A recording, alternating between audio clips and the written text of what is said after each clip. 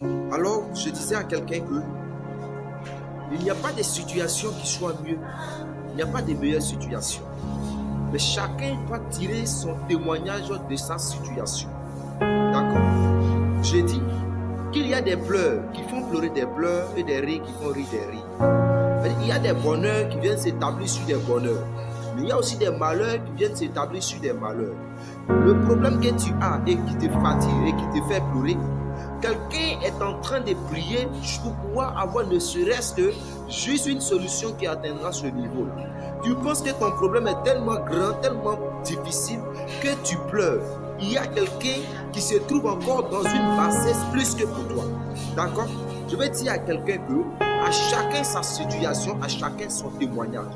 À travers la situation que tu vis, Dieu va produire à travers cette situation-là un témoignage dans ta vie. D'accord? La situation de Anne, qui pleurait jour et nuit parce qu'elle voulait enfanter, a suscité un témoignage qui jaillit jusqu'au jour d'aujourd'hui. D'accord? Et aujourd'hui, comme je le dis, Anne a pleuré, elle a pleuré, mais lorsque les pleurs de Anne étaient intenses, le témoignage était produit à travers les pleurs de Anne était tellement grand qu'elle a oublié même la douleur. Le problème que tu vis aujourd'hui, Dieu est la solution. Seulement, Anne est restée attachée à Dieu, elle est restée fidèle à Dieu et son témoignage fut produit. Et si jusque-là tu restes fidèle à Dieu, Dieu va produire un témoignage dans ta vie. Si ton problème est grand, c'est que ton témoignage est grand. Si ton problème est plus grand, c'est que ton témoignage est encore plus grand. La Bible déclare que là où la grâce a abondé, là où le péché a abondé, la grâce a surabondé. D'accord? Là où le péché a abondé, la grâce a surabondé.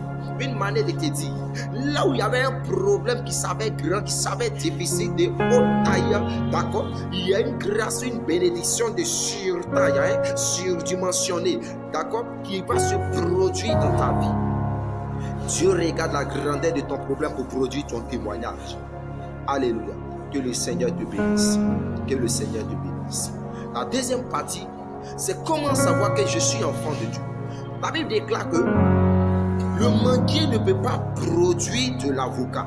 Un manguier ne peut que produire de la mangue. D'accord? Et ta vie que tu vas mener, les choses auxquelles ton cœur va s'intéresser, définira si tu as vraiment l'Esprit de Dieu en toi. Car le Saint-Esprit témoigne à notre conscience que nous sommes enfants de Dieu. Et si l'Esprit de Dieu t'emmène vers les choses de Dieu, c'est un témoignage, c'est un signe qui te dit que tu es dans la logique de Dieu. D'accord? Tu es dans la parole de Dieu.